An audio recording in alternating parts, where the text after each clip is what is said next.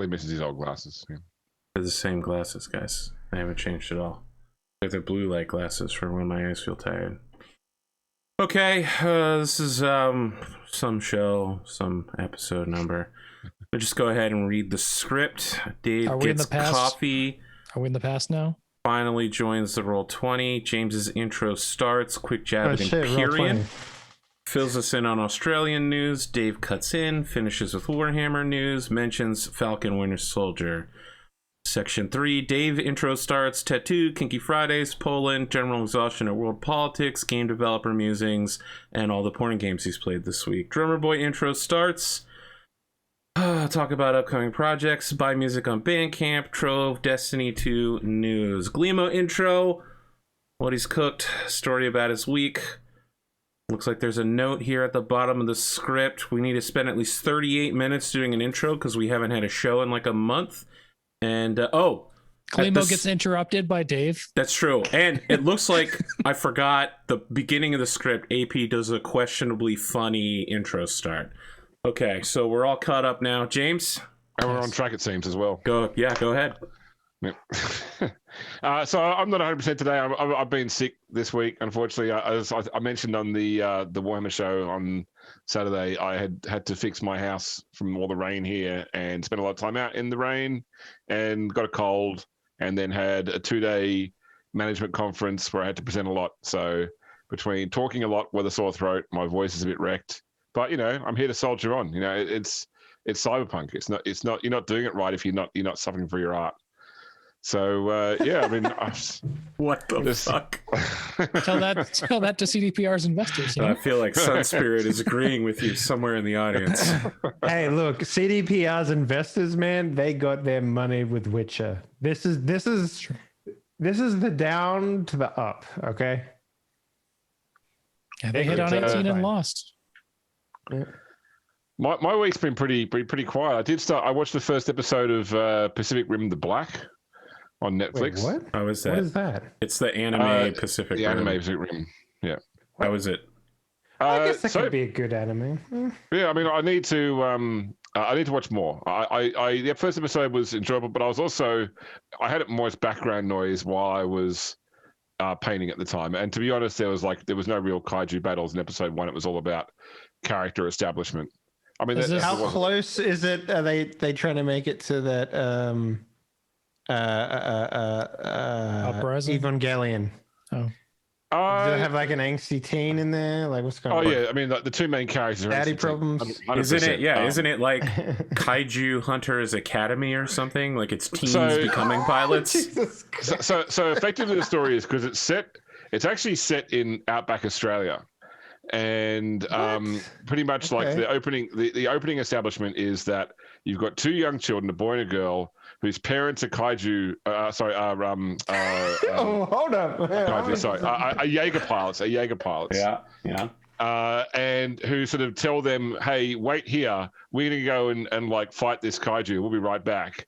And then they never came back.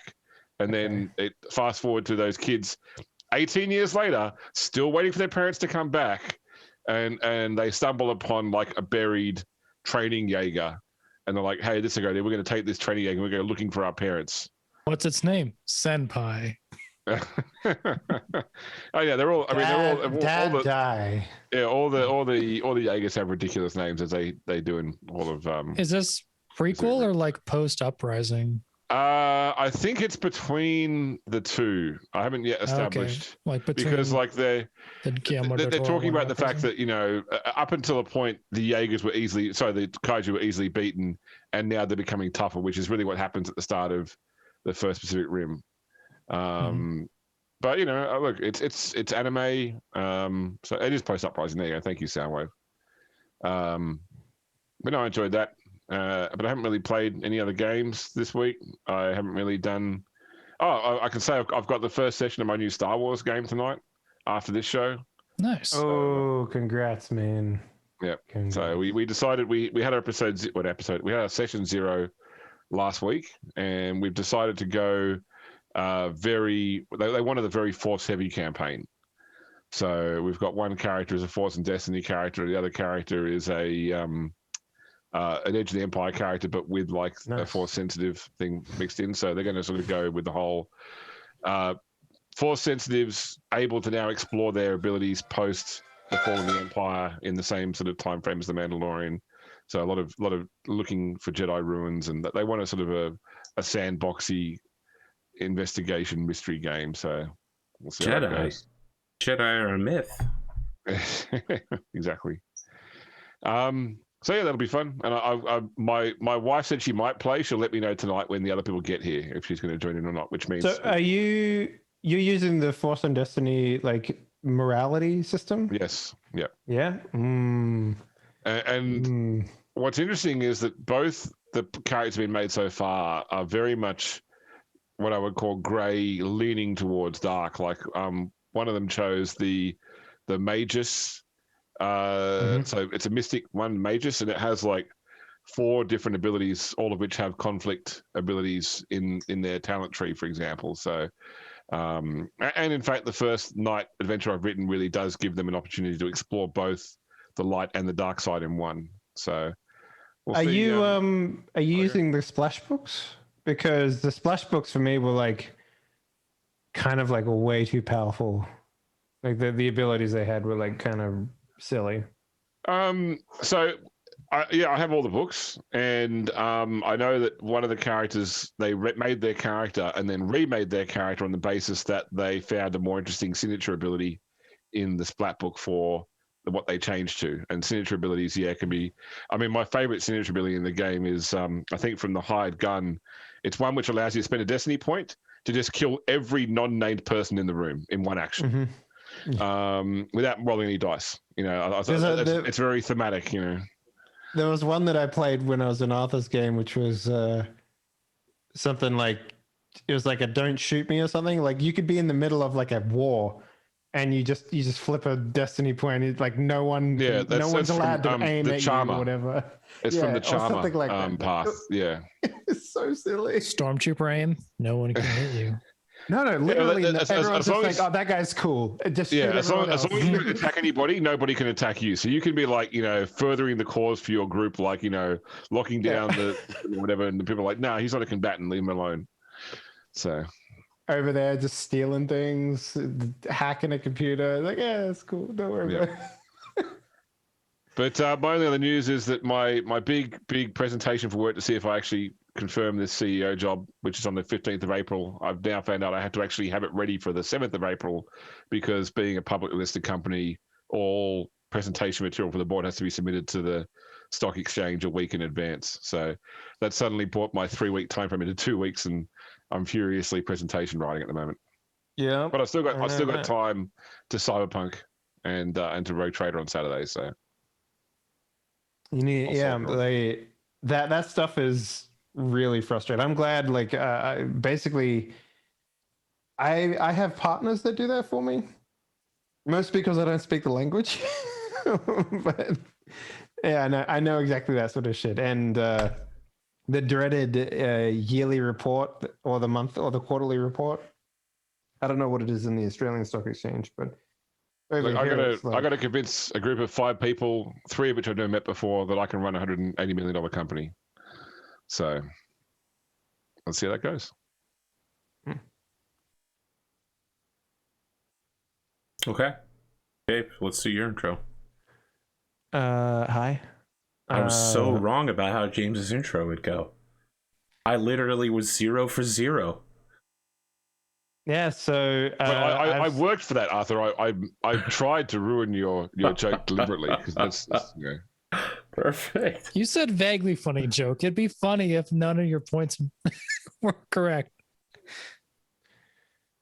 So I said questionably comedy. Okay. Sorry for interrupting, Dave. Please go ahead. No. Please finish your thought. No, please. Okay. All right. So I spent my entire week basically doing scripts. Wait, how long has it been since we played? Shit, like a month? A month. Yeah, at least 4 weeks. Okay, so within that span of time, I have basically started another game So now I have 6 games, which is fun. And I'm retrofitting a massive new feature onto pieces. So I'm taking the Fallout New Vegas style conversation dialogue tree and putting it into the game. So that means I've had to write roughly about, well, not me personally, I hired someone to do it, but we had to write 12,000 words. And now I'm in the process of getting those 12,000 words voiced by the actresses. And it's going to add a lot to the game. It's going to add a shitload to the game. Like now you can basically have a conversation with the girls that you're dating and actually get to know them, and they talk to you and stuff like that. So it's not a bad deal. It just takes a lot of work because there's you have to write the scripts, then you have to get them localized into 7 different languages. Then you have to get the dialogue recorded. Then you have to do invoicing for all the actresses. Then you have to slice up all of the audio, normalize it to the game sound effects, and then you have to lip sync all the stuff together. And yeah, no, it definitely takes time. And we're about, what I would say, maybe halfway through getting all the dialogues sent to us. So yeah, no, it'll add a lot to the game, but it will slowly drain my brain at the same time. Hence me not being on Imperium very much lately because of the fact that I just have 0 time to do anything. Tomorrow night, 23 hours. Big fleet combats. We're going to be taking a run at some of the bigger ships, like maybe picking a fight with a Covert or another Emrat, and starting the move across the universe to the Xerox homeworlds, so we can finally beat it and basically call the server done, then restart using Reforged Eden. That's the goal? Okay. Yeah. Kick the Xerox homeworld's ass. Yeah. Maybe we'll go to the Legacy homeworld if we really hate ourselves. It's a Coruscant made out of guns. Are you going to turn the storyline on for the next one or something? Yeah. So it'll be the base storyline and also the Reforged Eden storyline. So you can do 2 storylines at once, man. 1 for each hand. I know you're big on that. I'm also really excited for the Outriders. Nothing, guys? Nothing? Damn it. Yeah. So that comes out on the 1st of April, which is a little bit... 5 days, something like that. Yeah. I don't know. That game was fun. I don't know if you guys played the demo for that, but that game is that's a good time. It's very much like a Destiny game, except for it's not as a service, which is interesting. Yeah, it's more like Borderlands in that regard. So, and I'm all about that stuff. Like, yeah. It won't be day 1 for me just because the timing is bad. But. Yeah, I'm visiting in-laws over that sort of period, but yeah, basically I'm really excited for that game. It should be a lot of fun, and I don't know, I mean, like I like playing games where I can, like, if I have like 15 hours to burn on playing a game, I can just play the game for 15 hours, you know, and not get caught up in, like,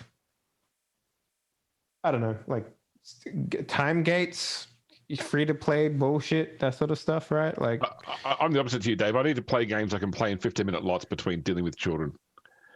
Like any game that requires, you know, it's a 20-minute cutscene. Okay, this game's out for me. Like, I really struggle with some of the stuff in Cyberpunk where, okay, you're on this train for the next 3/4 of an hour. Yeah, no, that I haven't got on any trains yet. That makes me really worried. No, I just mean things like that, like the whole bit after the heist. You know, like that just keeps going and going. Oh yeah. Okay, that's true. That happened to me, actually. I remember I was like, I started a cutscene and my wife was like, oh, you know, come to sleep with me. I'm like, all right, just give me, like, how long is this cutscene? Like 5 minutes? Cool, I'll be done in 5 minutes. 40 minutes later, I could walk away because you can't pause that shit. Like, why does no one allow you to pause cutscenes in this modern fucking day? That's why, fools. I saved once I got in the icy bathtub. And at some point, I'll restart the game. when I've got like a sandwich and like a hot drink and a blanket. Because I know as soon as I click to go into the icy bathtub, I'm gonna be there for a while. Yeah, man, I need to finish that game. I'm right at the door for. Make sure you've done everything. I don't know. Whenever a game says that to me, I always just be like, okay, I'll go do everything, and then I get burned out on playing the game, and then it's like, yeah, let me just never play just know that when you do go through that door, you're still like 3 to 4 hours from the end. It's not like Tomb Raider where it's. I know that's kind of why I'm just kind of like I don't care anymore. Like I love Cyberpunk, but man, that game overstayed its welcome a little too long for me, I think. But I will say it does a very good job of having an epilogue, though. Like literally, you can play the game for upwards of an hour after you've actually beaten the game to sort of see how things turn out. So the city isn't a nuclear wasteland turned into glass. I see. Yeah. I mean, you can still walk through a nuclear wasteland if you... With enough radiation protection, I suppose so. Haven't you played Call of Duty Modern Warfare? No, I've never played a single Call of Duty, and only two Battlefields. Yeah, that was one of the... Which Battlefield did you play? Like a really... I was in high school when I played it, so... Which one? I don't... 1942, probably? 1942 sounds right. There was like... Ooh, that's the good one, old man. tanks and stuff, and... Jesus, I don't know, guys. I'm sorry. Okay, there's 1942, Battlefield 1... Doesn't matter. Doesn't matter, Dave. I don't play those kinds of games. You never see me streaming that shit either. I just don't get excitement from it. Not in the same way I did from CSGO. Modern Warfare 1 has a whole level, which is just stumbling around in a nuclear wasteland dying of acute radiation poisoning. Amazing. The only Modern Warfare or Call of Duty thing I've ever been interested is the scene where the guy's like, no, Russian, and then they kill a bunch of people in the airport. And I was like, man, this is the most realistic mercenary scene I've ever seen. Totally realistic. What the fuck is... What is with Battlefield and Call of Duty writing? It's always bad.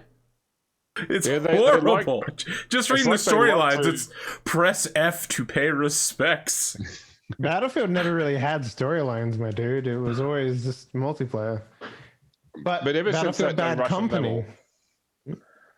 Ever since No Russian, they've had this whole thing where every single Call of Duty game since then has to include a level which gives you the option to skip because of its confronting elements. Like it's like they have to work out what is the level that challenges people's I guess view of the world and then give them a chance to skip that level. Like everyone since then has had that.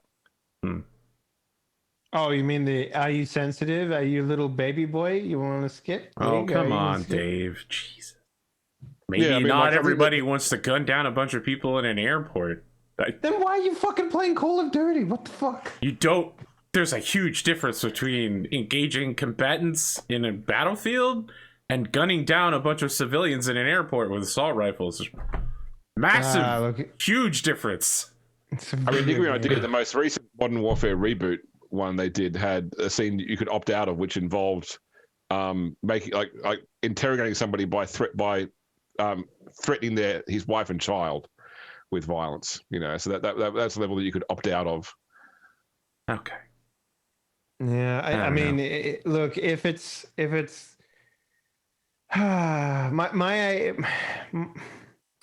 you're gonna make content that's intentionally it's intentionally focusing on making it like a big then you have your reasons for doing it. Allowing people to skip that shit, just if you're going to give the option, just remove it completely. Like, I mean, you're not serving any purpose by having both options in there, I think. Like, I don't know. It's a weird oxymoron. Sure. Also, when you play Call of Duty, you're getting screamed at by 12-year-olds. So 12-year-olds are going around shooting people in airports just because it's funny. Yeah. That's what I'm saying. Like, I play a lot of Fortnite. Well, I love the single player for Fortnite, or the co-op, the zombie mode. It was great. Then they made it battle royale multiplayer, destroyed the internet, and I wasn't really interested in it anymore. Making huge bases, doing like tower defense, but on a personal level. That was great. I don't know why they stopped putting money into that. They literally had an unlimited amount of money. Yeah. They stopped developing the single player to make multiplayer so you could do dances and stuff. Oh, right. Yeah. Why would they develop stuff when they can sell you skins? And like, dude, I bought into the original Fortnite concept so fucking hard. Yeah, me too. I'm there.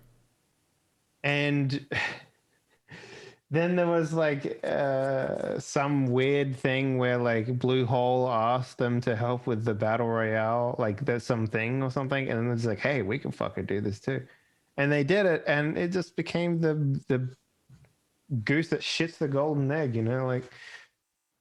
I don't know. That whole thing was great. I liked it a lot. I wish they kept it, but what baffles me about that whole cycle, I remember when Cliff Bleszinski debuted it, and it was completely different. Yeah. Well, yeah, he debuted it. You could like go grab like street signs and shit and whatever. Well, he did that, and then his company went off and made the hero shooter that failed. Can't remember. Lawbreakers. Yes, that's what it was. And then they're like, okay, Lawbreakers failed. Let's make like a half-assed 80s retro battle royale, which also failed. Then he quit the gaming industry. Like, it's rough. He started Fortnite, which became the biggest BR ever, and then failed out at the Radical Heights, I think it was called. Radical Heights. Yeah. Heck, that was such a fun concept that they just... It was a fun concept, but they just like put it out too early because they needed money. Just remember, I want you to always remember that you aren't supposed to understand the 9th Star Wars movie unless you attended an in-person speech by Emperor Palpatine in Fortnite. That baffles me too. Man. That is forever. That is forever now. They should have just like, instead of the opening crawl, just played a actual play from Fortnite from a streamer. Just play a VOD.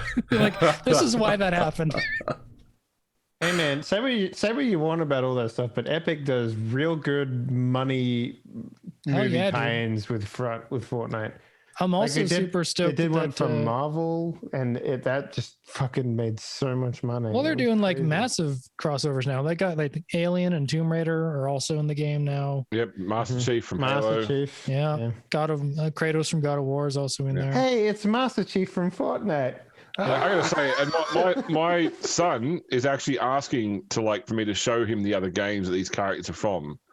So hey, that's cool. You know, those other franchises are benefiting from their involvement in Fortnite. No, that's the whole point, man. It's the Ready Player One of video games is Fortnite. Yeah, but then also like friggin' I'll start by showing him Aliens though. Probably that's the best way to start, I think. Yeah. Really? How old is your son? 9. Jesus, Aliens is... I mean, you're his dad, but that seems a little... I don't know if you're joking or not. What's funny is I don't know, man. Can 9-year-olds handle aliens? Fucking shit bursts out of a dude's chest. It's just like I saw Aliens when it came out when I was 7, because my father didn't believe in censorship. He's like, just watch whatever. If we're watching this, you can watch it. So I remember having nightmares as a kid. I bet. Watching Aliens. So. Yeah. I'm not sure if he's gonna understand the intricacies of the plot with Bishop. Like Media Molecule, the people who make Fall Guys, they got bought by Epic, and now their season 4 thing. I don't know how much Epic has involved in season 4, but season 4 of Fall Guys is apparently really, really good. Like all the maps are great. They got new game modes that are apparently amazing. Fall Guys basically got Thanos snapped by Among Us. They got Thanos snapped by Among Us, and now they went to Epic, and now they're going to get Fortnite big, I think. I guess. We'll see. Among Us is still huge. That train is still going. I don't know. I haven't heard much more about it. Maybe when the new map comes out. The top Among Us guys are still putting out content every single day. Yeah. I didn't bamboozle you into watching that Big Spoon. You fucking asked me to post it in chat. Bamboozled you. You wanted context. I gave you some fucking context. Don't blame me. You're like my cat. Jesus. Whose intro were we even on? Henley? I don't know. Fuck it. Fortnite, I guess. All right, the other Battlefield I played, Dave, was Battlefield Bad Company 2. Yes. Yeah. Good choice. Yeah. I am an artist, and my brush is the MG2 Carl Gustav. Sorry, if you only played Battlefield 1942 and Battlefield Bad Company 2, motherfucker, you're in the money. Like those are some highlights. I am the right McCree of hitting good video games. And if you played Battlefield 4 or Battlefield 3 as well, I would have accepted those answers. No, sorry. Those are fairly good. They had really good life in terms of multiplayer. I kind of liked Battlefield Hardline a little bit. Hardline was an interesting concept, but they the skyscraper destruction and the parachuting. No, that was cool. That wasn't Hardline. Hardline was the cops and robbers game. Yeah, did they have the Shanghai map with the? No, the Battlefield. Battlefield 4. Which one was it? 3? No, 4. It was definitely 4. 4 had the levelation or whatever it was. I thought Hardline had the parachuting, and that was on the Shanghai map because you could get on a skyscraper and jump off and parachute before it fell. No, that was Battlefield. Hardline was literally just cops and robbers. Yes, it was Battlefield. They're all Battlefield. We live in a world of Battlefield. What's the new game that's cool? It's like Counter-Strike and Overwatch in the same game. Valorant. Is that any good? I see the kids playing it.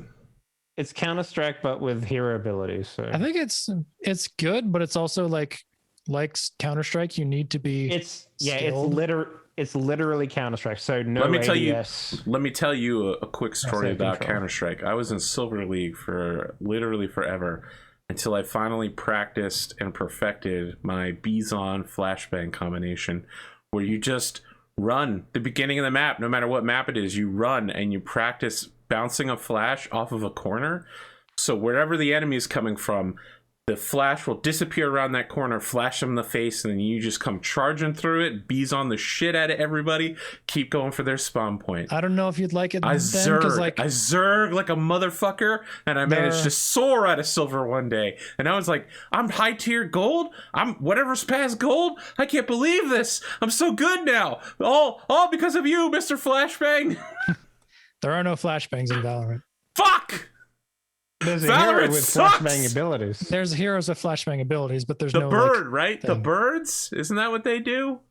No, there's like a phoenix, a little orb that you throw. It could go around corners and flash, but the person, if they turn around and not looking at it when it flashes, then it's no effect. So what you're describing is a flashbang. It's flashbang, but it's only for one character. Okay. You can't get it on That's the only character I'd ever play. There you go. But yeah, I mean, there's some wiggles of Battlefield 6 being announced pretty soon, which I'm really excited for. I fucking love Battlefield. Like the idea that there's going to be like 1,000 people playing in one server, like, because that's what their R&D tech is for this new game. Is like, we'll see about that. They showed some stuff on it, and I was like, oh man, what was that game? Mag? That was supposed to be hundreds and hundreds of people versus hundreds and hundreds of people. PlanetSide. Motherfuckers. Dude, I loved PlanetSide 2. PlanetSide 1 was where it was at. Yeah, I played PlanetSide 1 as well, but PlanetSide 2 for me was like 2 was good, but 1 was better. It was good. I don't know, man. I mean, I don't know. Netcode in Australia wasn't that great back then. I guess 2 was really cleaned up and really like sharply balanced everything. In 1, it was very asymmetrical. Yep. So PlanetSide 2, I played a lot when I was in Australia. Then I left for America. And when I got to America, I had to play in the US servers, and I lost all of the money I put into it. I lost all of the upgrades and shit that I had. I was like, man, fuck this shit. I ain't restarting. So I just never played it again. So fair. Yeah. But I don't know. I mean, yeah, I'm looking forward to Battlefield 6. They get one more chance. Battlefield 5 was hot garbage. They get one more chance. That's it. That's all I'll give them. Well, they have Criterion on board now, so it might be like pretty cool. Yeah. Criterion can handle the vehicles. Give me a Burnout inside of Battlefield. Dude, Battlefield Burnout crossover would be Twisted dope. Metal. Oh fuck, nah, Twisted Metal was no good. You don't like Twisted Metal? It came around that time when it was like, hey bro, what PS2 games do you have? Oh, I got Twisted Metal. What was that? Twisted Metal was a PS1 game though, right? Am I wrong about that? That was also PS2. Yeah. Okay. What was the game? But it was also like, you know, it was around that era where like local multiplayer, and you'd go to your friend's house and they'd give you the shitty controller. Vigilante 8 is the one I played a bunch of. Vigilante 8? Never heard It's of like this. a car vehicle combat game for the. I played it on Armageddon. Game Carmageddon? I think. That's a name I've not heard since. 97, man. I looked it up on. Oh my god. Oh no, I know Vigilante 8 was Vigilante 98. 8. No, yeah, I know this one. Yeah. Looking at it. That's the one I played a bunch of because we didn't have PlayStation. What's next, Dave? You're gonna tell me about Duke Nukem? They should bring that back, man. They did bring it back. They brought it back with a really weird, shitty game, though. Gearbox should never be in charge of anything. Wow, that I disagree with you for several reasons. Most of them Gearbox are is fine. Borderlands. Randy Pitchford should never be in charge of anything. He should disappear, like the cards that he tries to pull on unsuspecting convention goers. What? Randy Pitchford's an amateur magician. So I he mean, does card Like, tricks. he for also has convention people. a hard drive filled with child porn apparently as well. Apparently. What the fuck? Man, we are so far afield right now. All right, Dave. Let's just wrap up your fucking intro at some point, please. Oops, all intro. Yep. Got anything else? No, not really. Just fucking existing. All right. He was a drummer boy. He said, "See you, drummer boy." What do you got? I make music. I put it on the internet. I did a stream on Sunday. Oh shit! Wait, how did Yeah. I miss that? It was just like a test thing with my new camera angle. Maybe I can actually switch cameras real fast. Hold on. Oh no! This is when we lose drummer boy forever. Oh, There we hey, go. it worked perfectly with no problems. Look at that. That's my. Oh shit! This camera arm is really bad. It was $40. This is my synthesizer and my reverb pedal and saturation pedal, overdrive. So that's my setup for things and stuff. I'm just glad the camera order didn't pop out. Are we still good? Oh yeah, we're good. Great. Even if not, I just have to swap you and Henley, but we're good. But that might be not like a super regular thing, but a couple times a month I do like chill ambient electronic streams and then compile an album of the stuff after I like fix it up because doing it live is messy, but still figuring it out. But yeah, did my first one on Sunday and it worked out. Only thing that didn't work was Streamlabs OBS, but that's because I hadn't been logged into it for a year and you need to log into it to have chat and the events actually pop up in the software.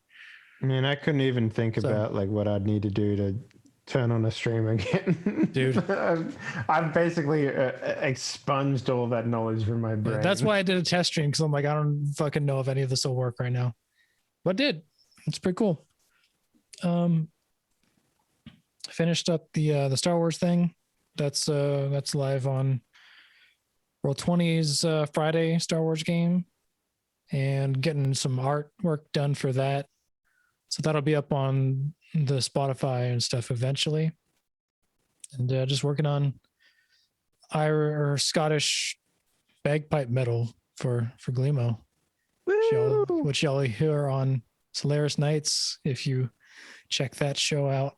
It's pretty popular. It's not as popular as Oath of Anno still yet, but yeah, Solaris Nights is bringing in the views. Yeah. Other than that, pretty much same old Destiny, Genshin. Got back into auto chess for a hot minute. Now I'm kind of cooling down on that again. Did you? Well, listen. I don't know about auto chess, but in real chess, did you see about the double bong cloud? Bong cloud, yeah. The pseudo bong cloud. They're just Incredible. like cracking up. The The Magnus Carlsen Invitational. Yeah. It's just that meme move or something like that. Yeah, so guy pulled off. basically the best chess player in the world invited several other chess players to an online tournament, and he performed a move that the internet came up with where you make the literal worst opening in the game and then you reverse it. And he did it, and the other guy did it as well, and then 3 times in a row they both made the same move. Yeah. And then they draw it out. Because it was Hikari, I forget his last name, but he's like the second behind Magnus Carlsen. So they just like kind of did a meme game. Yeah, well, the thing is, they now made that an official chess move, just like because it was in a Grandmaster game. So yeah, so it's like how that Shaggy song "It Wasn't Me" is now an accepted legal defense in the United States. Are you fucking kidding me? You haven't heard that? The Shaggy defense? It's where you repeatedly deny, despite video and photographic evidence, that it was you by just saying it wasn't me over and over again. Damn. But do people buy that in the well, they teach it at law school, so that if your client is like, no, it wasn't me, and I want you to tell the judge that, you're prepared for how poorly that's gonna go. Oh, I see. Okay, I get you now. So it's a teaching method. It's not a. Okay, I understand. Listen, the thing about lawyers is they more or less have to do what their clients ask them to do, which is why people who tell their lawyers what to do are stupid. Anyone remember the time when AP got the Kids Bop version of Who Let the Dogs Out mixed up? Oh man, I still love that version though. It's the good version. It's the one you can play on TV. I'm pretty sure there's nothing about chicken sex in this song. I do remember when Arthur's poor soul broke in half, and you could see the moment it happened when he realized what that original song was actually about. Yeah. Oh man. But the last of the season of Destiny, the last story beat happened on Tuesday, and it was pretty good. I was right. We did get some Destiny 2 news. Yeah. And that talked about my other shit. I know, but the Destiny 2 one is the one that I thought would be kind of risky to throw in there, but maybe it would happen. Yeah. I didn't say Genshin Impact because you haven't been doing as much of that lately. That would have been a real shot in the dark. Talking about it. Yeah, but that would have been a real shot in the dark. I thought Destiny 2, I had like a 30-40% chance you'd bring it up. Yeah. Like, to be honest, Genshin didn't want you to know 1 hour. How much money he spent on it. No, I haven't spent too much. I buy the battle passes. Usually when I'm done the battle pass, I just buy the other thing for like it's like $13 Canadian. Oh, and then you get all the shit? Yeah. So if I'm done the battle pass, I'm like, may as well. I'm not going to buy it before I do it because there's a chance that I won't get through the whole thing, and then that's just money wasted. See, that's how they get you. Listen, I'm in that gotcha thing where I'm like, okay, the new Fate Grand Order hero came out, and I used all my resources to try to get her, and I failed. Do I spend real money to do it? I'm sitting here like, I don't know. Dude, I got a week to make that decision. I might be in that boat next banner because Big Titty Non-Cop Rosaria is in the roster. So everything you've just said sounds great. Excellent. Yeah. And then you need another cryo hero. So this particular hero is literally only about doing challenge quests. Oh, Rosaria's weapon is a pike, like spear, the thing at the end. But she's got like you need to find a way to exchange hours spent at Imperium for chances at gotcha games. That would be called getting sponsored by Imperium. Mm-hmm. Look, James, you still managed to make Imperium reference. Thanks. Yeah, I know. Yeah, we passed 38 minutes as well. We're doing great, guys. We're hitting almost everything. Also, are we in the past in this game now? Because no. It's I have it written here. Today is April 18th, so we're still in the future. Oh, we physically are in the past of the game. Yes. Great. That's about it, though. Unless you want to know about the Destiny story beats, which none of you really play it or care. So there's this guy called Clyde, right? There's this guy named BitCloud, okay? He wants to be a contender, but he just doesn't have the chops. He doesn't have a Zoid. Zoids. Oh man, I was going through just random tangent. Now that I have a little more time in my hands, I've been like looking over my bad band name and like aspirational album projects. I really want to do like 90s cartoon intro album. So like kind of washed up 80s hair metal bands.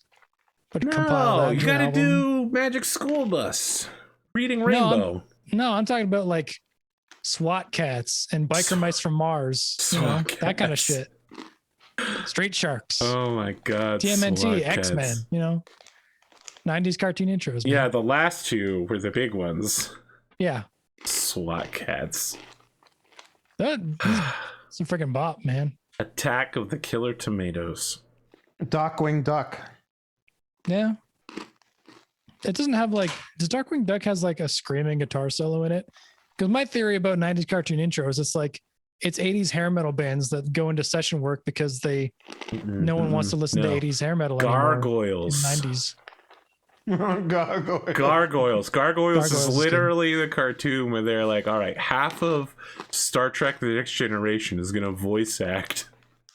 Let's do it. Yeah. Rugrats and Hey Arnold. All right, well now you're Arnold's had a dope intro. Cartoon Network right there. Yeah. Ren and Stimpy.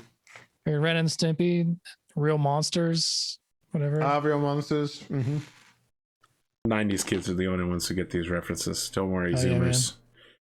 Don't worry, Z-Gens. Speaking on Zoomers, this popped into my brain the other day, is the whole 2020 generation Zoomers because we spend all our time on Zoom. Because like now boomers know what Zoom is. Boomers barely even know what boomers are. They're like, oh, being called boomers is derogatory. And I'm like, bitch, your parents called you that 80 fucking years ago. Get the fuck out of here. Yeah. But every school age kid and most working class people are on Zoom every day now. So unless their state and or province and or place is bad, I don't think they were called Zoomers. I think they were called Zoomers before the company Zoom even existed. So it's true, but history books will remember it differently. God, I hope not. Yeah, certainly history books have remembered quite a bit differently, but is the year of the pandemic, the birth of the Zoomers. It's not even close to how it went down. You got anything else, Drummer? No. Glimo? Just making cool shit for Glimo. Speaking of Glimo. Glimo, it's time for you to wake up. We're doing your intro now. Oh shit! Sorry, back out of my spreadsheets. I received Wake me up inside. All right, come on, Evanescence. Wake me up inside. Dave was James was saying that my stream and my audience will not coincide with my love for Avril Lavigne, and I think that's wrong. I think there are probably a lot of 90s or early 2000s Avril lovers out there. Also, Dave immediately interrupted Glimo and Glimo's intro. Sure. Point for me. Yeah. Glimo, I understand that you recently had a hair-raising escapade where you were on Solaris Knights and your match was explosive. It was explosive. Yeah. Yes, today's the all Glimo day. My Solaris Knights video dropped this morning. Go check that out on Arthur's YouTube, youtube.com/APGamingREAL. And here I am playing some Cyberpunk tonight. It's not Solaris Knights. I don't know. We could do it Solaris Knights style, but we could 1v1v1v1. I'm pretty sure Bishop is the only one who lives. He just shoots all of you in the same round. That's it. Unless he shoots himself in the face.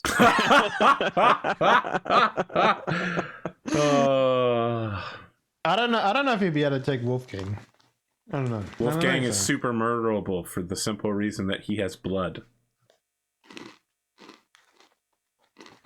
It's like any knife versus gunfight. Depends on the distance. What if his knives are in his heels?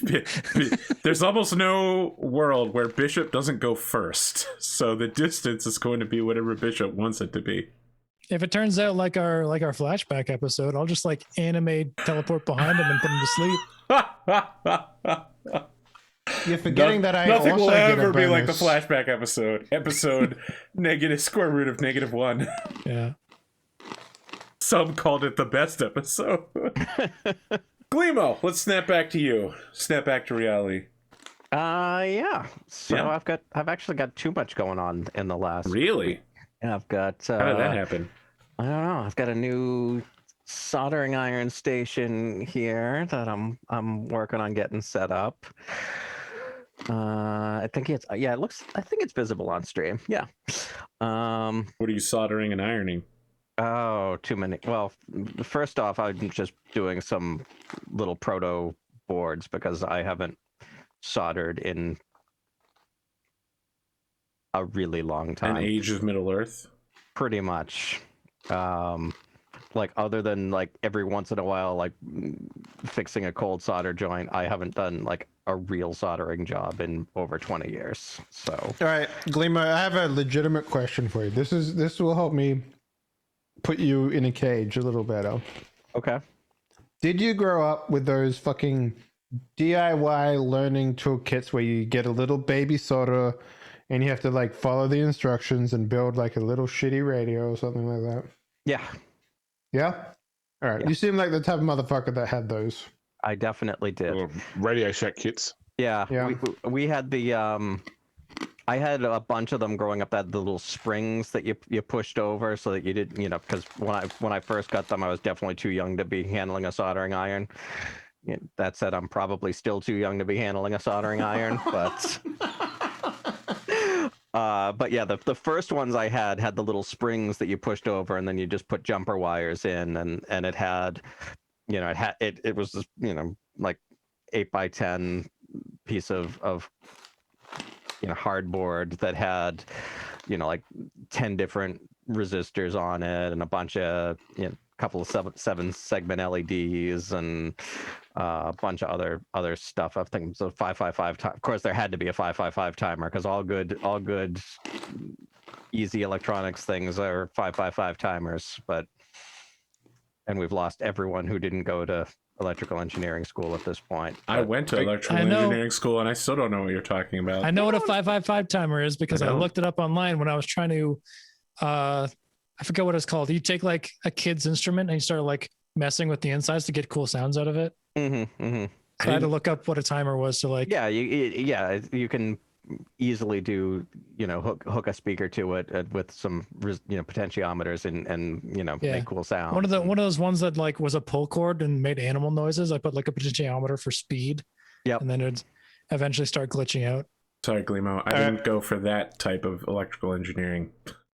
I figured they would have taught you about that in Circuits 1. I mean, nope. Really? Oh, we did plenty of circuits work, but it was mostly hands-on. I don't remember a 555 timer. Sorry, bro. Mm-hmm. It's one of it's. I mean, you probably used a delay timer of some sort. I'm figuring. Almost certainly, but you have to remember that for me, that was probably 10 years ago. I don't do hands-on circuits work. So I have another theory, Glimo. Yes. Right? Let me ask you this: do you own a 3D printer? I do not. Yet. Do you have connections to purchase a 3D printer? I don't actually. Oh my god, maybe my theory is wrong then, because my theory, my brain, don't worry, my little Dave, brain. Your theories have been wrong before. Yes. I have a 3D printer. Not this one. I'm looking. Did you grow up soldering things as a kid? Me? Yes. Yeah. No, I didn't. I did not grow up soldering. I actually had a incident with a soldering iron in high school where somebody passed me the wrong end of the soldering iron and I didn't know not to grab it. Oh. Yeah. In our communications class, I think our teacher was just getting us to do manual labor because we made like 30 Cat 6 connection cables each or Cat 5 connection cables. So like make sure everything is going right and crimp it and like.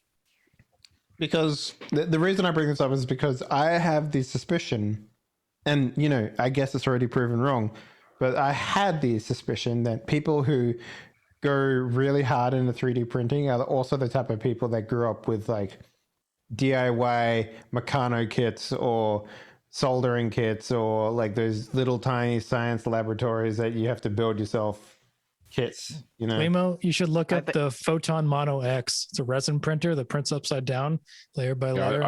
I need a resin printer now. Cool. So cool. I think there's a lot of overlap, but it's not something that I'm terribly interested in. Honestly, the soldering project is a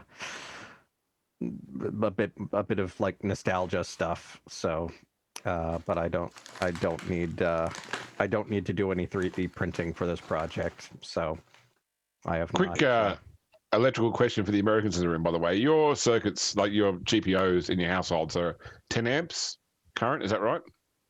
15 usually. 15. Okay. 15 or 20 at 120 volts and 60 hertz. I knew about the 60 hertz because if you have ground hum in audio, you can see it in the EQ. It's at 120. There's a little, it's a little poke. Something that the Zoom generation has taught me over COVID is that a lot of Australians don't know the difference between 60 and 50 hertz. So whenever they log on to Zoom for the first time, their camera's flickering because all the laptops ship from the manufacturer at 60 hertz. And because we're 50 hertz here, so anywhere there's fluoro lights, there's this constant flicker. Mm-hmm. Yeah, and then you get the opposite if you get cheap Chinese LEDs. That when you plug them into 60 hertz, they'll cause flicker in the background that you'll only pick up on cheap CCDs. Yeah, so I've got that going on. I'm super busy work. I'm finishing up one contract and got a bunch of other stuff going on for some other clients. Didn't you have a client that you were trying to get rid of by like pricing stuff super high? Did they stick around? We can talk about that when I'm not on the air. Okay. Okay. And and now I'm also doing a lot of stats analysis for Solaris Knights, and trying to build new spreadsheets and models that auto-populate. I don't know how you guys are on version 3 of a spreadsheet already. It's been like a week. I'll tell you, Arthur. You guys are on version 1.3, not version 3.0. The big, well, you know, he's European, so he counts funny. What the fuck? So Glimo, you've never actually played Warhammer, have you? And I know that Arthur, you mentioned Warhammer in the intro too. But have you played Warhammer? I could never get into Warhammer. Because there's a side game to Warhammer that I play. It's called Math Hammer, and it pretty much involves using Excel to work out which model is like 0.45% more efficient than the previous model you're looking at. You know, so I do grind a lot of data in Excel. You know, the key when you're building a stat model is you just start doing it, and you just collect as much data as you can, and you throw it into a spreadsheet or graph paper or whatever, and then as you start, you have to iterate very quickly because you realize, okay, no, this is not gonna, you know, tracking it this way is not going to work. How do I present this properly? And so especially at the beginning, and especially when you don't have, like, if I knew, okay, you know, these are the 5 things we're going to track, then okay, there's only so many ways that you can put that down. But, you know, we have very open-ended guidance from you and the other gladiators as to what we even wanted to track. I don't know what the people want, but I knew that they wanted it, and I wanted to be able to be like, so it seems like in your last match, your left arm ERPPC had a 54% accuracy rate, which is 10% below your career average. What do you have to say for yourself, Seth Ghost Bear? Exactly. Because that sounds like the kind of shit a hard-hitting news reporter would ask you. I think, because I don't watch sports, but that sounds like something someone would ask. Or a dumb question like, I know that this player just had a child, but it's the playoffs. Can you really afford to let them go see that child, coach? So I've observed this with my wife loving cricket, that whenever they like cricket, they always joke is a game of numbers, and whenever you see like matches televised, they've always got these really, really ridiculous metrics that get narrower and narrower. So like, this is the highest score. This is a higher score scored by a Pakistani team at this ground at this time of year against this team, you know, on a windy day. And as they get a higher and higher score, they'll drop more and more of those those qualifiers out until suddenly this is the highest score ever by a team. But otherwise they like to have this whole thing where it's this massive length of things they pull out. But you need to have the whole sort of analysis of, every time this mech turns left rather than right for the first turn in the match, they win 15% more. So, I mean, the problem there, though, James, you're a viewer. You could write this stuff down and tell me. I don't fucking know. Holy I mean, shit. like, So James, the difference there is you just keep, the big thing is just keep collecting the data and then figure out how to put it on a sheet. And this just makes me want a version of Moneyball, but with cricket. How to crunch it. And that's the most British Empire thing I've ever heard. Is making a game way more complicated than it has to be. The thing with cricket, though, is that they broadcast for like 16 hours in a go, right? So of course they have to come up with asinine shit to talk about. Like, I don't know if you've ever seen, like, cricket's one of the weirdest broadcasted sports I've ever watched in my entire life, because there's actually dead air in the commentation, like compared to like something like they'll like, a new bowler will come out and the bowler will be like, walking around, they zoom in on his face for like 10-15 minutes or whatever, and then the commentators are just like not saying anything, and then one of them go like, yep. I just got the best idea. Get the rights to cricket matches, like the broadcast rights, cut out everything related to cricket, and just have the small talk as a podcast. Release it on Spotify. Guess that sounds like something you could put on Calm to fall asleep to. It's funny you say that, because there was an Australian comedy group called The 12th Man, which used to just release like audio joke commentary, but they were taking the piss out of the actual commentators that were internationally famous for commentating. But it was the commentary on its own with no video as well. That's quite solved very well. Wow. Glimo? Yeah, so they, boring spreadsheet stuff, cursing the difference between Excel and Google Sheets. Half the functions that I want to use aren't here. And then it took me forever to figure out why none of my functions were working. And the guy who created the sheet is in Scandinavia, I think. And apparently Google Sheets has different delimiters for functions depending on where you are, and whoever creates the document, it sets the delimiter based on their locale. So none of my functions were working. Right. Things I learned this week. The back end of Pretzel, like the statements they release, they give you like per song, plays, paid plays, total plays, money stuff. They changed their back end to a TSV download instead of a CSV. And Google Sheets doesn't know how to handle that. So I need to make a new sheet, import it with like really weird settings, and then rename it as an actual thing.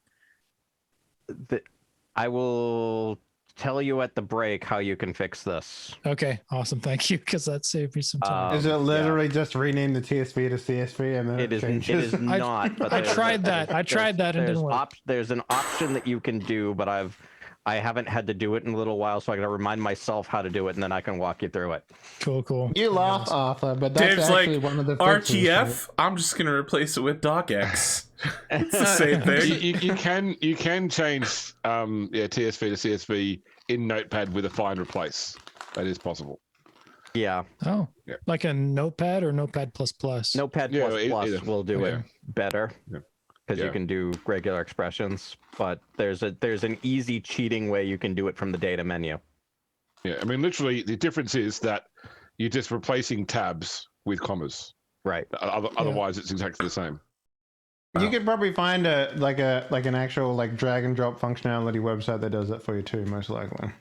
Yeah, I can't remember whether it's tabs or commas, but like, I think one of them I had to do custom because it wouldn't do anything. It wouldn't. It's only a problem. The only reason that you'd have to have an issue is if for some reason there's commas in the data set, and that's why they've used TSV rather than CSV.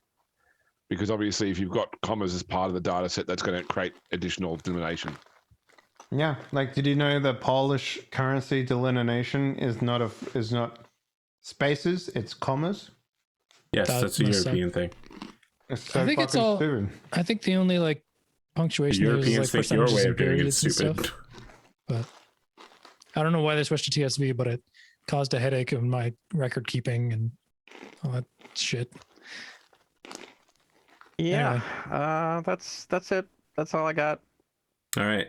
So to round out the intros, I'd like to talk for a moment about J.R.R. Tolkien.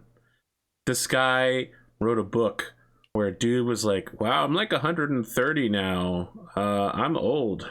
Shit is really old. And he goes talk to another guy, and the guy's like, well, I was actually there when the ring fell. I'm fucking old as shit. Then they go talk to another person, and she's like, I'm older than the fucking sun, kids.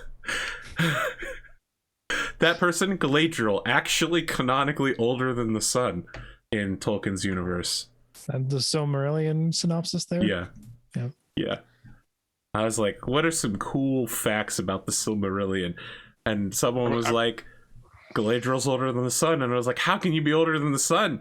But I forgot about lamps and trees, man. It's all about those lamps and all about those trees. So I don't know how true this is, but what I was told is apparently that Tolkien was a PhD in linguistics, and his whole reason for writing Lord of the Rings was to create like a thought experiment around how language would develop if you took a world which wasn't ours, created a bunch of different race or different social economic groups with their own language structures, and then worked out a history of migration, how languages would change and develop. So that's why he actually wrote the Silmarillion, was to sort of create a whole background to a world that wasn't Earth, where he could sort of plan out how linguistics would develop during that time. And he's like, hey, this people will read this. I may as well make a book out of it, and actually made Lord of the Rings then. That's what I'd been told. Well, he started with The Hobbit, of course, but yeah. Lord of the Rings has a lot packed into it. It's anti-industrial, it's anti-war. Did he start with The Hobbit, or did he start with the Silmarillion and go like chronologically, or is that after? I think the Silmarillion was something he created as a thought experiment first, not published. Oh. But then published. The Hobbit is set first. in that world, and right. The Silmarillion was like, it's been added to quite a bit, after Lord of the Rings, and it's like the Bible after Jesus. Well, the Lord of the Rings is set on Earth, just like super early Earth, in the middle. In fact, the Middle Earth, yes, I might say. There was a time when the Earth was flat, according to Tolkien. You could just fall off the edge. In fact, there's a whole part of the Earth that exists somewhere else that is still flat. It's also heaven. J.R.R. Tolkien is also a Viking. That was always my dad joke when I had speaking to customers in New Zealand, because all the films were filmed there. I'd say, how's life in Middle Earth? Mm. Wow. Wow. Gotta go. Chad is saying he started with The Hobbit, which sounded right to me. And he'd do weird stuff like actually catching a rabbit in his backyard and eating it to talk about Coney stew, which is why it appears several times in the novel. The other thing to remember is that while there are a lot of things in Lord of the Rings, the biggest one is that the actual entire book relies on a deus ex machina, and it's not the fucking eagles, which is his traditional go-to. It's that God literally tripped Gollum at the end. The only reason Gollum fell into the fucking volcano is because God was like, nah, bro. That's canonical. Fuck you, Tolkien. Imagine if Tolkien had TikTok. Just 1 minute of him sitting in a tent. He's just like holding up a live rabbit. Then 5 seconds later, there's a sick hip hop beat. Now the rabbit is skinned. 5 seconds later, he's holding up a bowl of stew. Yeah. Oh, get out there, Zoomers. Make the J.R.R. Tolkien life yours. All right, so now that we're done with J.R.R. Tolkien, welcome to the actual episode, which is way longer than 38 minutes of intro.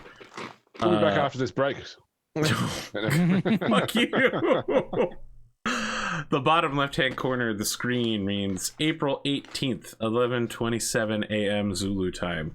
We see the sun is setting as a Hind D helicopter circles a oil rig. Hind D. Yes, a Hind D. Circles an oil rig and 2 large corporate bases, and through the beautiful clear waters, we can also see that there's a well-lit underwater tunnel laboratory. Your helicopter pilot says, Okay, friends, we're here. I don't know why I'm making him sound like he's Spanish, because he speaks Portuguese and he's Filipino, but just like the fact I can't do a Filipino Godfather, please just pretend it's Filipino. I did not practice Filipino for a whole month to pull it off. We'll do this for you, Arthur, but just because it's you. Oh, thank you. I appreciate that. Other GMs I wouldn't let get away with it. I don't know that you have any other GMs, but sure. I think Just you wait until are your machine- only other GM.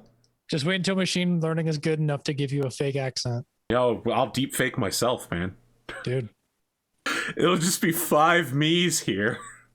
I did think about doing that wombo thing of you with the Japanese song. What? Never mind. I don't know what you're talking about. There's a Okay, app so called now you have to do Wombo. it, drummer.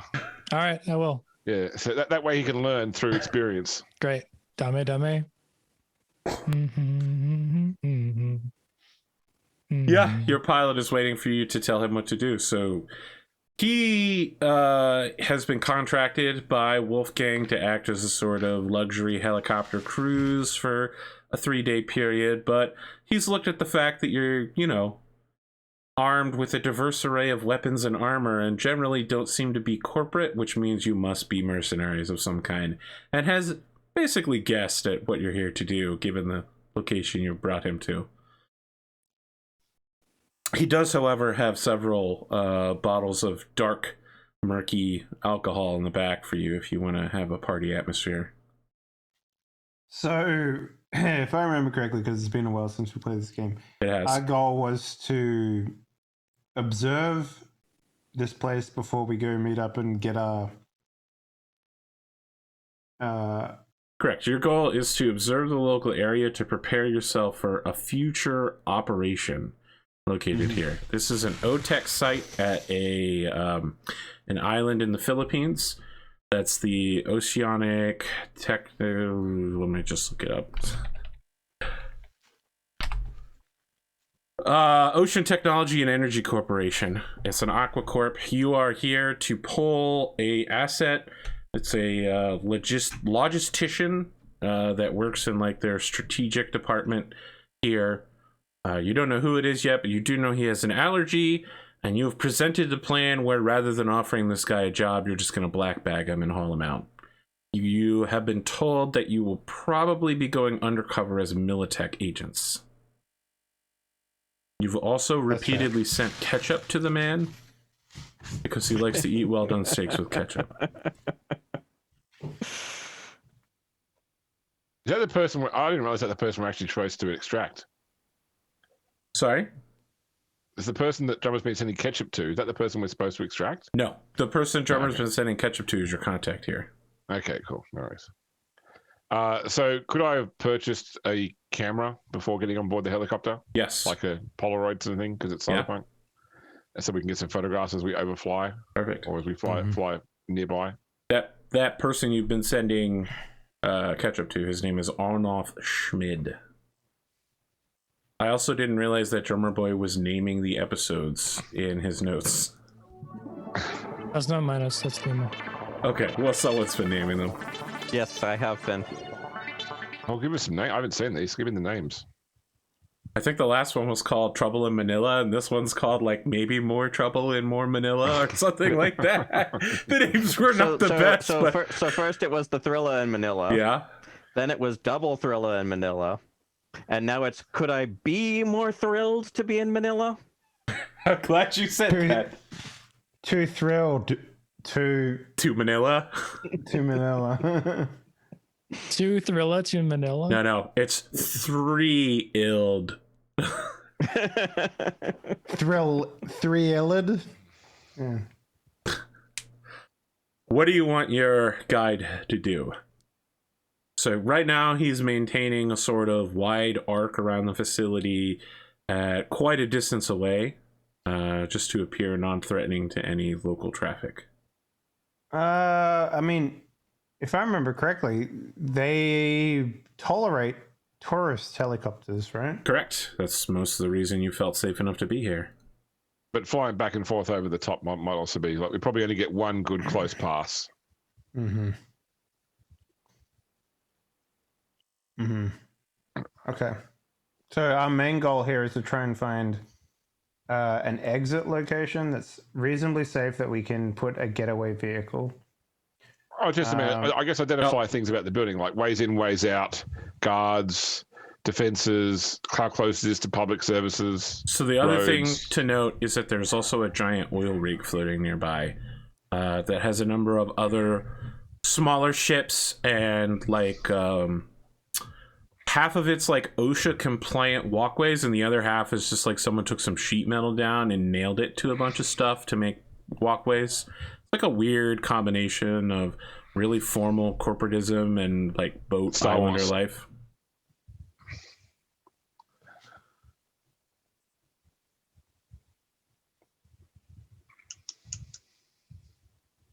Well, I think if I'm under the impression that we have a way in. I know that much for a fact, but I guess we just need to get more information on the thing. So maybe we just have him fly closer. Because there's two ways to handle this hole we've got a way in. One way is we all go in through this cover and try and get him out. The other is that some of us go in and create a distraction, and the others of us get him out through other means as well. So we don't yet know what way is the best way to work, but that's two possible options. Because we obviously can't get all our weapons in there undercover, which means if something goes wrong, we've got potential problems. I thought we were going in as his security team. Was that not the case, Arthur? You could go in like that. All you know from Arnolf is that he wants you to view the area, and that probably you'll be going in as Medtech. Okay. Undercover. You can certainly propose a plan where you set yourselves up as his security team. Okay. Yeah, I think that might be the best way. Because then we could just be like, oh, look, we have to take him over here for security purposes, and then it's the back of a truck, and then it's America. Well, you don't know that you're taking him to America exactly, but sure.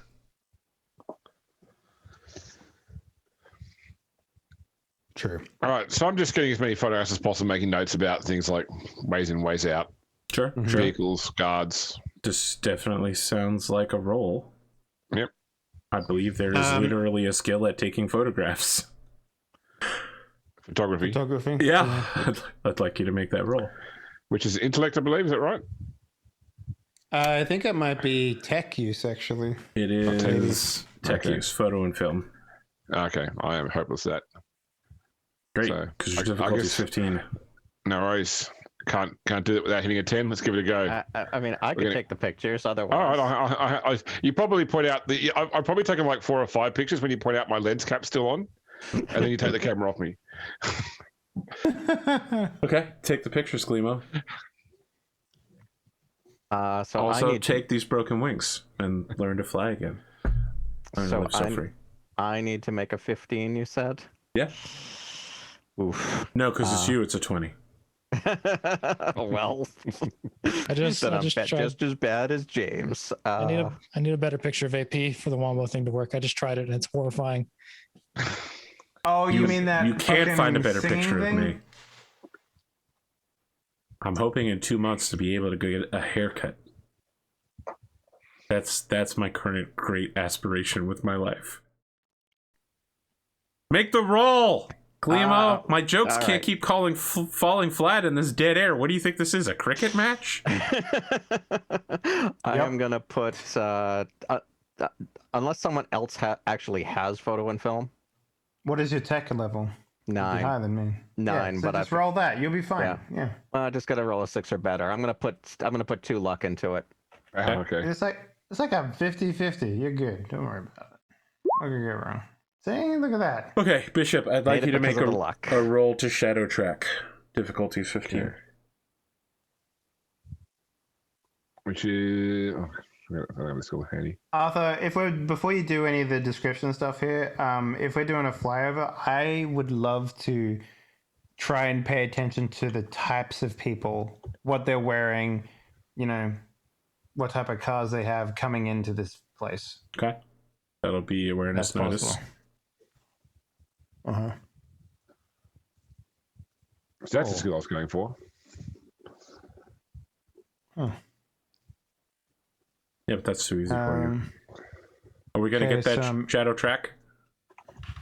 So I'm just working out which thing it runs off. Shadow track is an int skill. Yeah. I have it as well. I don't know if I can help. And now you can make your awareness notice, which, as you know, allows you to pull your... I also have points in Shadow Track, but I don't know if I'm too busy taking pictures to check on that. All right.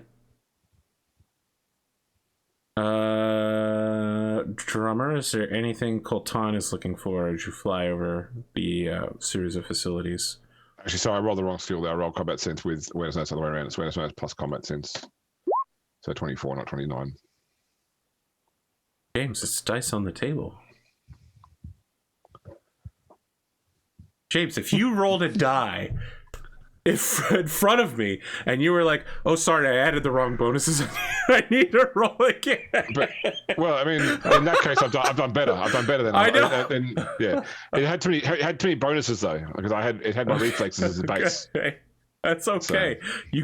You go from where the dice sitting on the table is, just for future reference. Okay, well then 25. 25 works for me. Yeah, it'd be one enough. Higher, basically. Yeah. Coltan?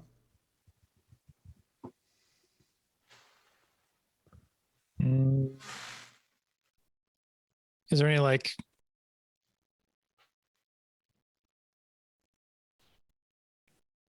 I don't know if I could see any like medical tech related things like first aid stations or a fast track route. Yeah, I'll allow that. Make a tech medical roll.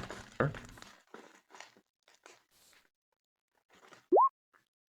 Oof. Okay. All right. Give me a moment to compile your results and see what you guys get out of it.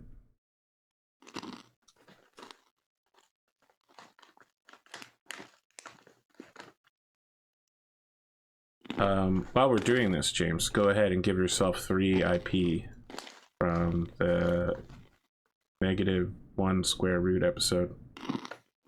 Okay. For being an audience member. You watched the episode, didn't you? I did. I enjoyed it. That means you experienced it just as much as we did. If not more. That sounded bullshit enough for me. If I know James, he listens things at 0.2 speed, so 0.2 speed. That would be like me going, so I do Oath of Endo Steel at 1.25. It's like with that fucking unsolved mysteries thing at 0.5 speed makes it sound like you're drunk. Yeah. What's funny is like listening to Oath of Endo Steel at 1.25. Like Sam sounds completely normal because he has a tendency to like string every sentence out, but at 1.25 speed he sounds like he's talking normally, whereas everyone else sounds a lot more urgent at 1.25. Well, James, my voice isn't meant to be done at 1.25 speed, okay? I'm not really in the mood to talk like that because it makes me sound like I'm in New York and my rent is due this week and I'm just trying not to freak out, okay? Jeez. I do my stats tracking at 1.75. Wow, that must be rough watching your own matches. Jesus. All right. Let's see here. So Bishop totally flopped. Shadow. Okay, so there are some things you guys are going to miss, but otherwise you picked up almost everything.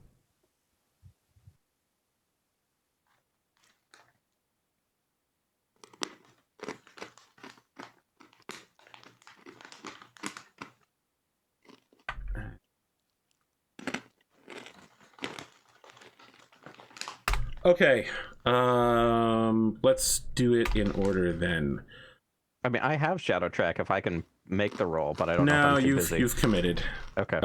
So you get pretty good photographs, enough at even with a flyover, you're pretty sure you could like create a 3D model of the area as best that you can remember it.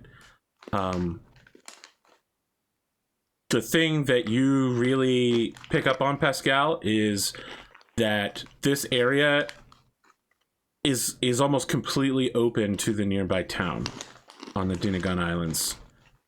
So like there's a base on the main island, then there's the underwater tunnel, and then it comes up on an island that's in the bay, and there's the other base. And the base that's on the main island, there's like almost no separation between the town and corporate property. The locals just come and go as they please. Bishop and Wolfgang, you build off of that. So Wolfgang, you're noticing that a lot of the employees dress very casually. A lot of them also dress local. Not a lot of suits going into and out of this facility. Cargo shorts, khakis. Some of them look like they're lumberjacks, given all of the like what's that type of shirt that the lumberjacks wear? Not polo, that's the wrong one. Flannelette, you mean? The what? Flannel, yes. flannel Yeah. A lot of flannel shirts, despite this oppressive local humidity and warmth. Most of the employees look like they are not local in any way. A lot of white and European ancestry, Caucasian ancestry folks here that don't seem to have adapted to the climate very well. A lot of getting out of the cars and moving very quickly into the facility. So Bishop, you pick up from there. You're noticing a distinct lack of exterior security guards. People open doors for each other here to get into and out of the facility. People hold the doors. You're noticing a lot of people congregating outside and smoking in designated areas. The place you are noticing a extreme amount of security yet is on the oil rig.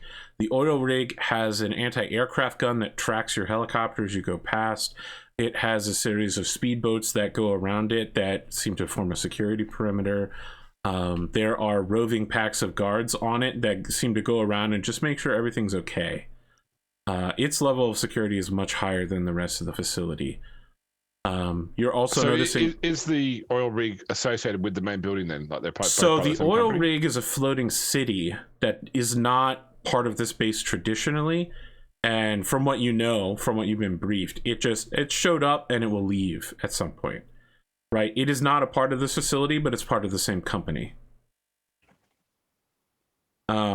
The other thing you notice is that you're noticing a lot of activity that you believe might be rebel anti-government activity in the town. Like from an above point of view, you occasionally see things like what is almost certainly someone's backyard that's like a shooting range that's covered so it couldn't be seen from the ground, and only from above can you look down into it. And you see that there are men out there practicing like large dormitories that are all filled with men who are either praying or training. Lots of marching going on in nearby compounds. This town seems to be not closely associated with the local government and its Presidente Tony. Which brings us to Coltan. You are looking around for medical facilities. There is a trauma team style medical AV on the roof of the building.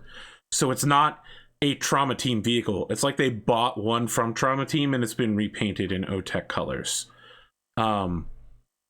There are a number of medical helicopters on the emergency rescue helicopters on the oil platform. But the bigger thing is you're looking around and you notice that there's a pharmacology conference starting in the next week in about 4 days, where it's like, welcome travelers to, Pharmacon 2021.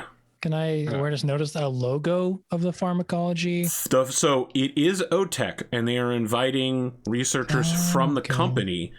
It is not taking place in any of the bases or on the oil rig. It's taking place in the town, And the town appears to be creating a festival around this conference. Interesting. So it hasn't started yet, but just like Gen Con, the whole town is preparing for the flood of foreigners to descend and give them cold, hard currency. I might ask a friend to forge me an OTech badge, so maybe I can get in and learn more. Yeah, it's like phone a friend, but forge a friend. Yeah, someone named Pascal. Can I ask some more questions about the building, Arthur? Sorry? Yes, go ahead. Your role's very good, so I will answer most questions. How tall is it? How many stories?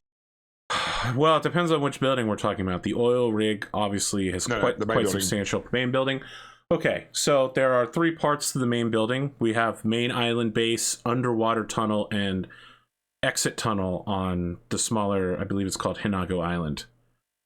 Which one would you like to know more about? So there's the exit tunnel, and then there is the island on the building on the island. Okay, so we're talking about the smaller facility on the small island in the bay. Yep.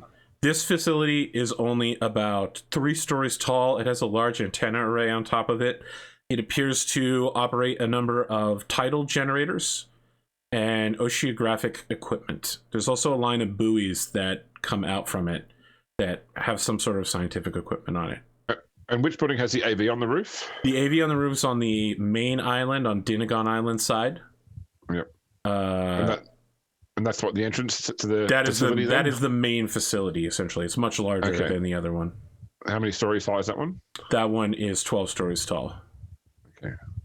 And how close does it go to the water's edge? It physically is. I'm sorry, because you're going to tell me what I'm describing as a pier or a quay, but it goes out into the water, and the tunnel essentially dives down from that extension outwardly. Okay, so you could access like the waterside wall from the water. Yes. Okay. It should be noted again that there is all sorts of scientific equipment here, but there are no guards or patrols from these facilities visible, unlike the oil rig, which definitely has speedboats and posted guards. I guess one more question. Given the size of the building and the environment, it's got a lot of air conditioning towers on the roof, I'm guessing? Yes. Okay. Seem to be working overtime. And it's that American Central, what do we call it around here? Central HV? AC? HVAC? High volume air conditioning? Yep. Yeah, their air conditioning, very powerful, probably, like 69 degrees in the building, room temperature at all times.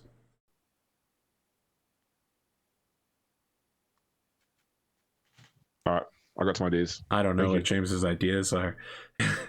Parachute in at night from an orbital drop. We drop into the water, and then we come up an air conditioning out dock into the air system. Then we knife everyone on our way in. We just Deus Ex our way through the HVAC system. That's fine. Wow. More what I'm thinking of is to drop something in, because those HVAC systems will distribute any sort of airborne thing very quickly. Yes. So we drop something in, and then it drives everybody out of the building, like smoke, whatever the case may be. Or we just nab someone in the confusion. Mass sleepy time. It'd make the entire building sterile, but I'll be honest, Shermer, I don't think you have the time to create enough of your drug to use as a chemical weapon to knock out hundreds of people fill it with in a distributed area. We've got a lot of that. It becomes so that they just become a bit dopey, and they wander around in a haze. Hey man, the conference starts soon, man. Do you ever wonder if you just became sterile for no apparent reason, man? Have you ever danced with the devil in the pale moonlight? Any other questions? No, I'm good. Anyone else? All right.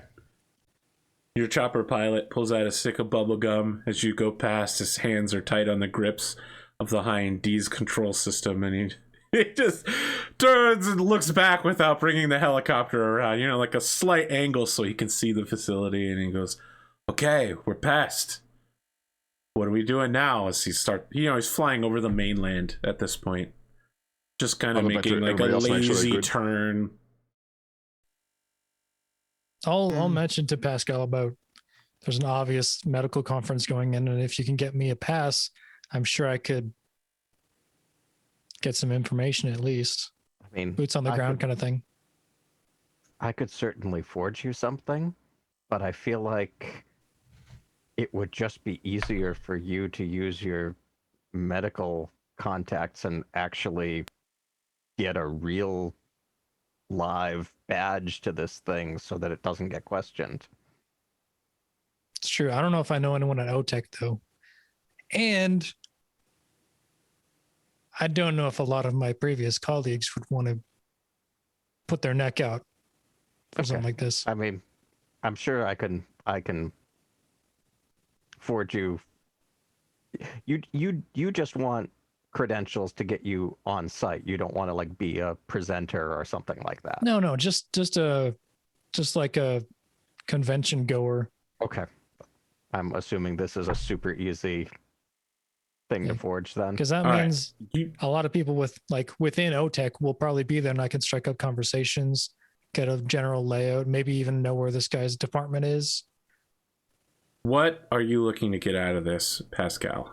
How good do you want this to be? What level of scrutiny does it need to hold up to, and for how long? Or if we really want to like kind of turn it into a bit of a weird show, we could send Wolfgang down there. I could be talking in his ear all the medical shit. He just parrots it, and you get him the thing. He's better at sneaking around than I am. Wolfgang has to make the medical version of +2 Jorts of Speed joke. And so that's when I said, drugs, officer, it's crushed acetylsilic acid. I just do the JD thing where I look up at the sky. Oh my god, I need to watch that show again. No, you don't. Seriously. No. At least skip the final season. Well, yeah. The season where no one's there? Yeah, of course. Yeah. I wanted to be able to that they can, get past the security that is going to be checking the badges at the convention. Hold up. Why are we trying to do this? We have an inside to the guy. Like they've already got us covers. Do we? Yeah. Because we were supposed to blend in. We're giving ourselves options. They told us to be around a week, get to know the location, blend in. That's what we're trying to do, right? When does the conference start? 4 days. And when does our mission start? Assumably, he wanted you back in 3 days. Okay. So, I mean, if they have a way to get us in that puts us right next to our target, then all we have to do is get him out, right? I mean, that was my understanding. My understanding was that we would be his security, his detail. And then we'd just, bag him and tag him. Basically. Well, Heinz guy told us to get in good with the locals. I mean, sure. But the guys that are coming in for the conference aren't exactly locals either. Some of them might work at OTech, though. It is their convention. A lot of them are going to work at OTech. But the conference is taking place in the attached town, which is definitely going to be run by locals. Yeah.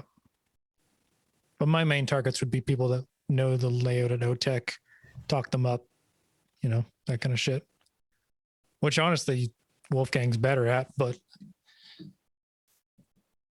You think Wolfgang can just pretend to be a doctor? I can tell him what to You say. think he can just fake 12 years of schooling and practical experience? Yeah, probably. As long as he doesn't have to operate on anyone. You have a lot of faith in Wolfgang. Oh, okay, here's a question then. Yeah. Arthur. Yeah. Is it easier for me to lift, like use Street Deal to like just get someone to buy me real credentials versus forging credentials. I mean, those real credentials will not say Dr. Coltan Bonez with a picture of Dr. Coltan Bonez. But also, if we're expected back stateside in 3 days and this convention is in 4 days, then it's a moot thing anyway. You're not expected back stateside. You're expected back in the other part of the Philippines to plan your next move. Oh. If you guys are like, our plan is to hit them at the festival, at the pharmacology conference, that's not a bad plan to propose to Arnoff Schmid, lover of steak. We don't know what this guy does though. Yes, you do. He's a strategic logistician. Oh. The reason that they want you to get him is because he works in the logistics department for OTEC. Okay.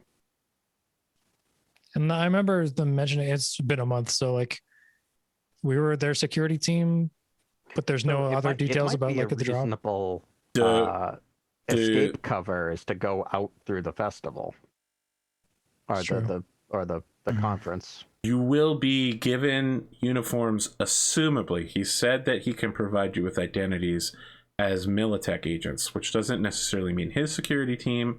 It does probably mean that you will be security of some kind. Since Medtech makes guns and shoots people with them, that's pretty much the two things they do. It's true. I have seen them do that before. They also make arms. Very well armed arms.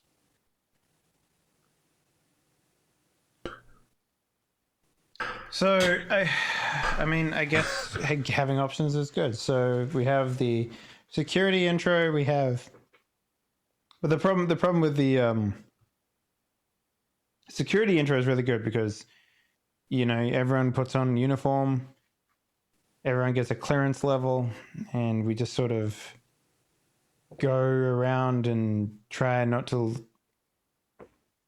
you know, seem that suspicious. But with the conference stuff, it's a little bit more difficult because not all of us have the knowledge required to get around. And, you know, the other thing is too, like, Wolfgang going in by himself isn't going to necessarily be a better solution because he is going to need help removing or taking someone out. So not taking someone out, but like, you know, taking a body out of the facility. Unconscious man. I wasn't thinking about like hitting them there. I was thinking about getting more detailed layout information. Pascal. Where they're going to be usually and exits and stuff like that. Pascal, there exists a world where you could do street deal to get real credentials, then forge those, and it would pretty much be unimpeachable if you made both of those roles. Okay. There would literally be no way for anyone to tell it wasn't authentic. Okay. I would be delighted to offer you a 15 and a 15 for your difficulties. Okay. Based on how good your roll is, we'll talk about how much it costs you to buy these credentials. Okay. Let's do the street deal first. Okay. 24 street deal. All right. There is a member of the staff that is a little down on their luck and has gambling problems, and by hooking into your local, slowly expanding contact network of gangsters, they call in his debt. For the huge price of 300 Eurobucks, you can get his credentials. I will make that deal. Okay. Here are 300 Eurobucks. So he's like a research assistant at this facility in the medical department. Okay. Now let's see if you can fake Coltan Bonez, doctor, into becoming Mr. Coltan Bonez, pharmaceutical rep.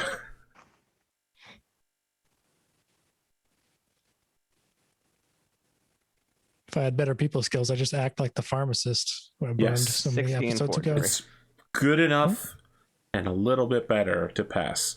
So Dr. Coltan Bonez of Ocean Technology and Energy Corporation has arrived. I feel like you you have to set the helicopter down and like set up a white screen and take a picture with your camera, and then painstakingly cut out the other guy's face and laminate Coltan's onto it.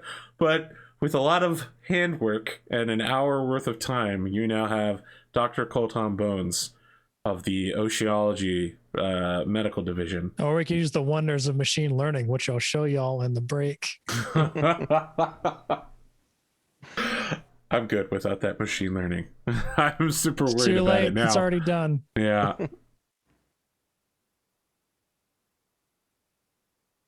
Okay. What's next?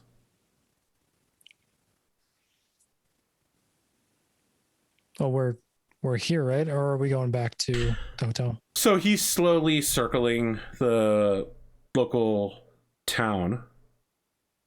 Just asking like what you want to do next. Guess he briefly lands so Pascal can get a picture with a white screen that isn't being taken from a moving helicopter. And somebody finds something that looks like a doctor's coat to throw on Coltan. We can do that after, you know. I like the idea that you do it here though, like in the middle. Okay. Like if someone wants to move the white screen, then you'd be in the middle of the fucking jungle.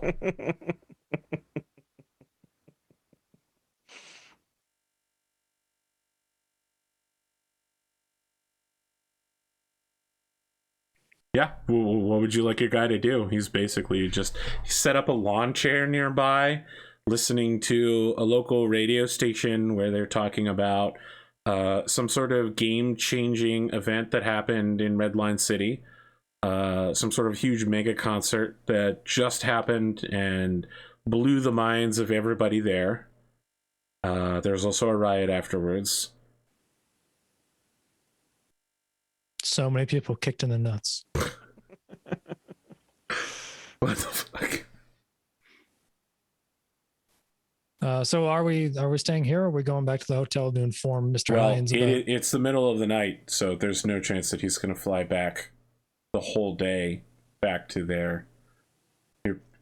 Your options are one of you flies the helicopter back while your pilot rests, or he gets you local accommodations, or you find local accommodations. I mean, I could try fly it. I think let's just get local. We've already cost one part of the livelihood. Let's stay somewhere here. Scope out the town. Okay, so you want to find your own place to stay in the town. I think he can find us a place then.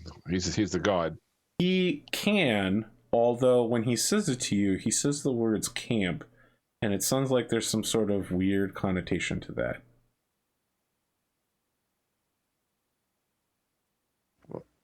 I say in Tagalog, what do you mean camp? Camp. There is a nearby camp. You will be safe there. No one will bother you. Jungle Burning Man? That kind of camp? No. I assure you there will be no drugs there. Not that kind of camp. In fact, if you were to do drugs there, you would be in danger.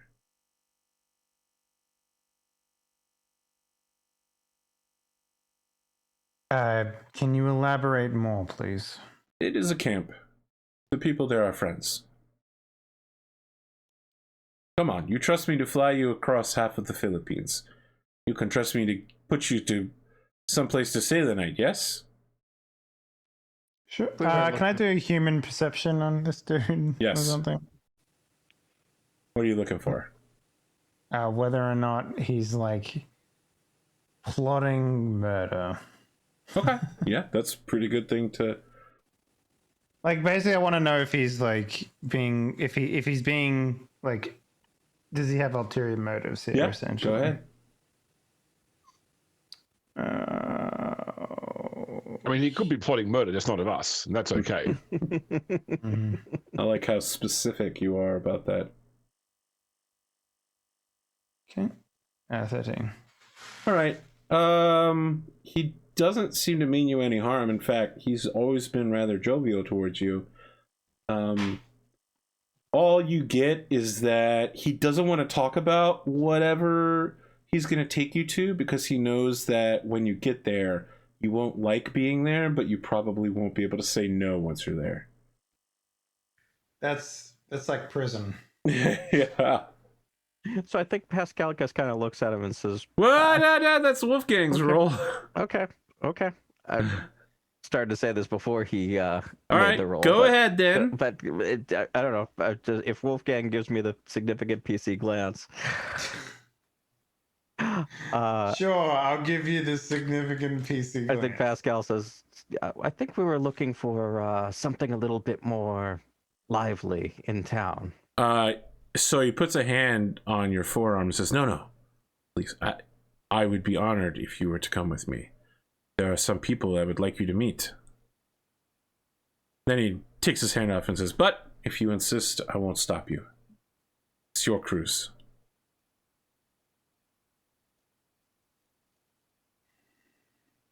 You know the type of people we are? I mean, he gives you a glance that indicates that he's significant PC glancing you right now, indicating, yeah, people in non-matching armor with various calibers of guns carried on them. Tattoos of several different things, including Nomad, Air Nation, and local gangsters. Probably not exactly corporate thugs. Do you even know what it was fucking like when the Fire Nation attacked? Everything changed, man. Everything changed. Cabbage prices went up. Oh my god. Yeah. So I My say Cabbage Corp. Cabbage Corp is a great name for a corp, but no, that was the name of a corporation in Legend of Korra. Oh my god, it was. Yeah, oh his grandson owned Cabbage Corp. And he got arrested. Forget this shit. Yeah. Okay, so basically, I say to him, I don't want this to come across as a threat, but you're being very suspicious as to your intentions with these people. I'll be here when you're ready to get picked up. We'll fly around some beautiful tropical destinations, and if you want, I take you back home tomorrow. Okay? All I ask is that you give a little bit more information as to who your friends are. The place we go to, the government won't like it if you go there. It's a place that doesn't exist. It's like I sort of look at him. I was like, "Go on, continue." That's it. If you go there, you can't talk about it. Taking us to stay with his revolutionary buddies. I say it in English. Yeah, he just kind of.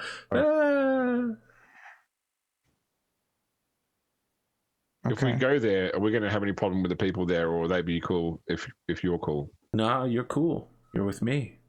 Trust me, right?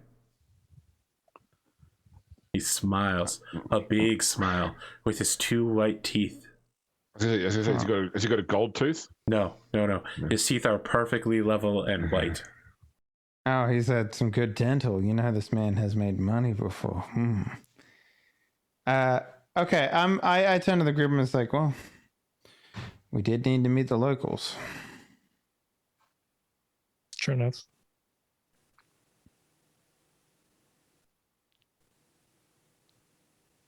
I guess we're going to a revolutionary camp. Follow your lead. Okay.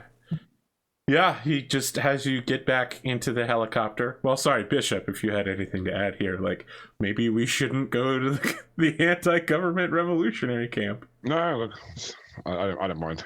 All right. So, you begin flying. The camera tint color changes to like a slightly yellow tint. We hear some vaguely Arabic music play as you fly over what looks to be the ruins of a madrasa, which is an Islamic college, which has been converted into like a barracks and communist Muslim revolutionary army group. As he begins landing on the top of the building, you're not really sure if the building is going to hold the helicopter's weight. And as he steps off of the helicopter, that's when we go to the break.